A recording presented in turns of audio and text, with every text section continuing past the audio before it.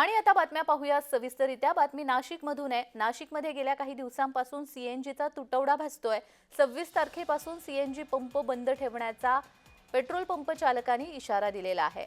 MNGL कंपनीला वारंवार सांगूनही सुधारणा होत नाहीये। रोज किमान 10 तास सीएनजी पुरवठा करण्याची मागणी करण्यात आलेली आहे। नाशिकमध्ये गेल्या काही दिवसांपासून सीएनजी गॅसचा तुटवडा भासतोय। सीएनजीचा पुरवठा सुरळीत न झाल्यास 26 तारखेपासून सीएनजी पंप बंद ठेवण्याचा पेट्रोल पंप चालकांनी इशारा दिलेला आहे। सीएनजी पुरवठा करणाऱ्या एमएनजीएल कंपनीला वारंवार सांगून देखील सुधारणा होत नसल्याने पेट्रोल पंप चालक आक्रमक झालेत। तर या संदर्भात अधिक माहिती देण्यासाठी आमचे प्रतिनिधी किरण गोटूर आपल्या सोबत जोडले गेलेले आहेत।